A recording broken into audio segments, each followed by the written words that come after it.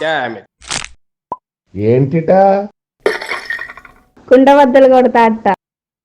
నమస్కారం, కుండబద్దల ప్రేక్షకులకు స్వాగతం. జగన్మోహన్ రెడ్డితోటి అమిత్ షా రహస్యంగా ఫోన్ చేసి రహస్య మంతనాలు నెరుపుతూ ఉన్నాడు అనేది ఢిల్లీ నుంచే అందుతున్న సమాచారం.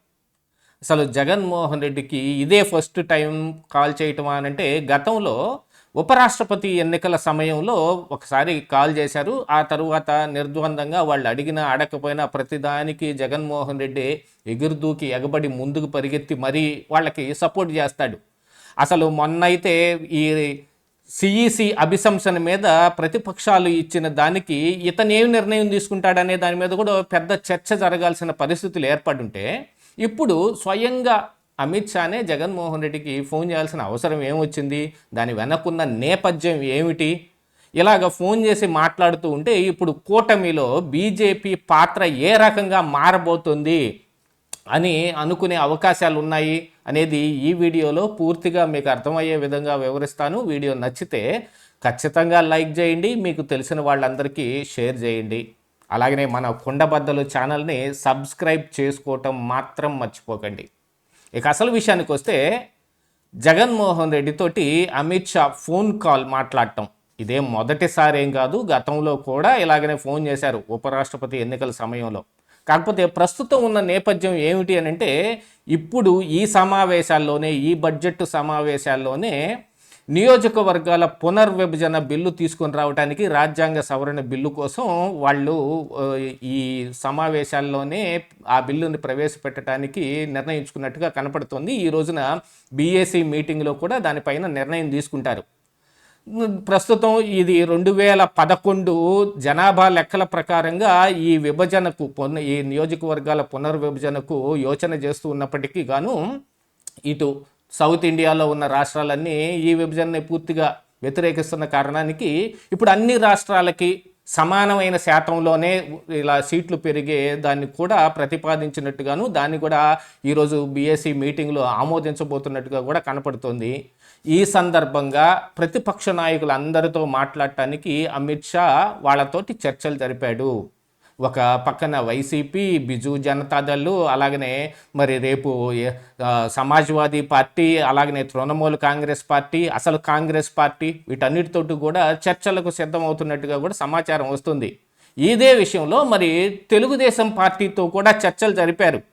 ఈ పునర్విభజన మీద ఆల్రెడీ చంద్రబాబు నాయుడు దీన్ని దృష్టిలో పెట్టుకుని, మీరందరూ ఎక్కువ పిల్లల్ని కానండి, ప్రొడక్టివిటీ ఎక్కువగా రావాలి అని అంటే ఎక్కువ మనకి ఇది ఉండాలి అనేది చెబుతున్న అసలైన కారణం ఏమిటి అని అంటే, ఇప్పుడు తీస్తున్న జనాభా లెక్కల ప్రకారంగా ఈ పునర్విభజన జరిగితే మరి సౌత్ ఇండియా రాష్ట్రాలకు మొత్తానికి, ఎందుకంటే గతంలో కుటుంబ నియంత్రణ వ్యవహారంలో మరి నార్త్ ఇండియా ఏం పాటించిందో పాటించలేదో తెలియదు, కానీ సౌత్ ఇండియా మాత్రం నిక్కచ్చిగా పాటించటం మూలాన ఇప్పుడు ఒక ఉపద్రవం వచ్చి పడే అవకాశం కనపడింది. దీనికోసమని డిఎంకే అధినేత స్టాలిన్ కావచ్చు, మరి టీడీపీ అధినేత చంద్రబాబు నాయుడు కావచ్చు, అసలు విషయాన్ని బయటకు పెట్టకపోయినప్పటికీ మీరు ఎక్కువ మంది పిల్లల్ని కానండి అంటే జనాభా లెక్కల్లో ఎక్కువ మంది కనిపించే అవకాశం ఉంటుంది, కాబట్టి ఇక పునర్విభజనలో మనకి అన్యాయం జరగకుండా ఉంటుంది అని అసలైన కారణం ఇది.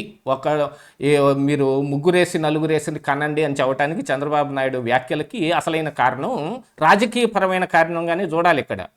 కాకపోతే ఇప్పుడు మరి ఈ బీజేపీ కానీ అమిత్ షా కానీ తీసుకున్న నిర్ణయం ప్రకారంగా 2011 జనాభా లెక్కల ప్రకారంగా అని చెప్పిన దాంట్లో మరి సౌత్ ఇండియా కూడా కొంచెం, ఈ సౌత్ ఇండియన్ రాష్ట్రాల్లో కూడా కొంచెం తీవ్రంగా వ్యతిరేకించే అవకాశాలే మెండుగా కనిపిస్తున్నందుకు అన్ని రాష్ట్రాలకి సమానమైన శాతంలో దాదాపుగా 50% వరకు పెంచే అవకాశాలు ఉన్నాయి అని అంటున్నారు.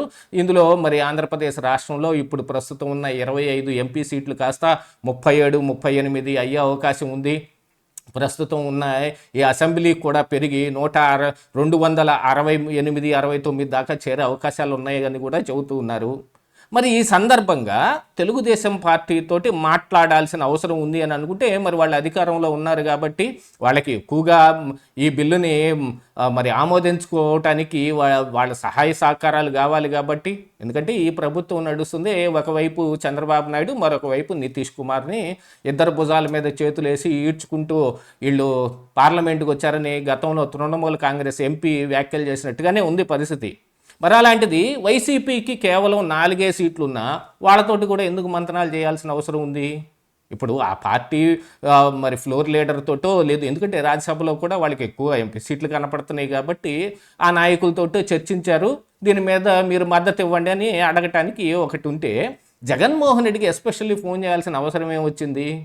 మరి ఇంకో వైపును చూస్తే మరి జనసేన నాయకుడైన పవన్ కళ్యాణ్ని మాత్రం ఎవరు టచ్ చేసినట్టుగా ఏం కనపట్టల్లా. చంద్రబాబు నాయుడునో టీడీపీ పార్టీ నాయకులను కలిపి మాట్లాడారు కానీ మరి జనసేన పవన్ కళ్యాణ్ని ఇక్కడ మాట్లాడించినట్టుగా ఏం సమాచారం అయితే లేదు. మరి ఇంకా మిగతా విపక్షాలు కూడా ఇందులో మరి డిఎంకే పార్టీని ఎందుకు వదిలేశారో తెలియదు కానీ వాళ్ళ నాయకులతోటి వాళ్ళ ఎంపీలతోటి ఏమీ చర్చించినట్టుగా అయితే సమాచారం కూడా లేదు. స్టాలిన్కి ఫోన్ చేసినట్టుగా లేదు. ఇందులో ఎస్పెషల్లీ అందరినీ వదిలిపెట్టి జగన్మోహన్ రెడ్డికి ఫోన్ చేయగానే ఇక్కడ అనుమానాలన్నీ అటువైపుకి దారితీస్తున్నాయి. ఎందుకంటే ఈ విషయం చర్చించే సమయంలో వైవి సుబ్బారెడ్డి జగన్మోహన్ రెడ్డికి ఫోన్ చేసి మాట్లాడండి, గతంలో మీ అపాయింట్మెంట్ కోసం మిమ్మల్ని కలవటానికి మేము విపరీతంగా ప్రయత్నం చేశాం, ఆ రోజుల్లో మాకు దొరకలేదు, కనీసం ఈసారి మీరు జగన్ తోటి ఫోన్లోనన్నా మాట్లాడండి, గతంలో ఎప్పుడో ఉపరాష్ట్రపతి ఎన్నికలప్పుడు మాట్లాడారు తప్ప తర్వాత మేము మీకు అన్నిటికీ మద్దతు ఇస్తున్నాం అని ఆయన ప్రాధేయపడితే జగన్మోహన్ రెడ్డికి ఫోన్ చేశారని ఏదో విషయాన్ని చూచాయిగా ఆయనకి చెబితే తర్వాత వాళ్ళ పర్సనల్ అంశాల మీద కూడా చర్చ నడిచిందనేది కూడా ఢిల్లీ నుంచి వినిపిస్తున్న వినికిడి. మిగతా నాయకులందరితోటి ఈ పునర్విభజన మాత్రమే మాట్లాడి జగన్మోహన్ రెడ్డికి స్పెషల్గా ఆయన పర్సనల్ ఇష్యూస్ మీద కానీ, ఎందుకంటే ఇప్పుడు ప్రస్తుతం లిక్కర్ స్కామ్లో కావచ్చు, కల్తీ నెయ్యి అంశంలో కావచ్చు, వైఎస్ఆర్ కాంగ్రెస్ పార్టీ బాగా కుదేలైపోయింది. నడి బజార్లో నగ్నంగా నిలబడ్డట్టుంది వాళ్ళ పరిస్థితి. ఏదైనా పరిస్థితి గట్టెక్కాలి అని అంటే మరి పైన కేంద్రంలో ఉన్న నాయకుల ప్రాపకం కావాలి. దీనికోసం గాను ఇప్పుడు కాంగ్రెస్ పార్టీ లేదా మిగతా విపక్షాలన్నీ కలిసి చీఫ్ ఎలక్షన్ కమిషనర్ అభిశంసనకి వాళ్ళు పెట్టిన ఒక ప్రతిపాదనకి జగన్మోహన్ రెడ్డి దూరంగా ఉంటాడు. ఎందుకంటే వీళ్ళకి లోక్సభలో 4 ఉన్నప్పటికీ రాజ్యసభలో కొంచెం నెంబర్ పెచ్చుగానే కనపడతా ఉంది. ఇటు లోక్సభ రాజ్యసభల్లోనూ ఈ అభిశంసన దీని మీద చర్చ జరగాల్సిన అవసరం ఉన్న సమయంలో దానికి వాళ్ళకి అనుకూలంగా మారటానికి వీళ్ళు హామీ ఇవ్వాలి అని అంటే కనుక ఖచ్చితంగా వీళ్ళకి కావాల్సింది ఏదో చెయ్యాలి. ఆల్మోస్ట్ వాళ్ళు ఇప్పటికీ కూడా చాలామంది మన ప్రేక్షకులు కూడా కింద కామెంట్లో మోడీ అమిత్ షాల ఇది లేకుండా జగన్మోహన్ రెడ్డి ఇలా బయట ఉండటం కష్టమని ఎంతోమంది ఇప్పటికీ చాలా రకాలుగా కింద కామెంట్ల రూపంలో తెలియజేస్తున్నా మరొకసారి దాన్ని ప్రూవ్ చేసుకోవటానికి ఈ ఫోన్ కాల్ లాంటివి కనపడుతున్నాయనేది ఇక్కడ బాగా కనపడుతున్న అంశం.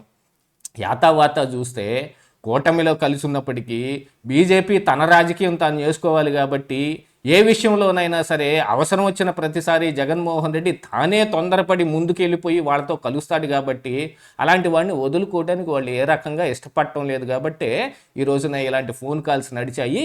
ఇక ముందు తొండముదిరి ఊసర వెళ్ళినట్టు ఈ పరిస్థితులన్నీ ఏ రూపంలో దారితీస్తాయి? 2029 ఎన్నికల నాటికి బీజేపీ ఎవరి పక్షాన ఉండబోతోంది? ఇటు కలిసి ఉన్నప్పటికీ అటు జగన్మోహన్ రెడ్డికి సహాయం చేసే విధంగా ఉంటుందా, లేకపోతే ఆయన్ని గతంలో లాగానే అట్నే వదిలేస్తారా అనేది అయితే ముందు తెలియాల్సిన అవసరం ఉంది. ఇదే ఈరోజు కొండబద్దలు.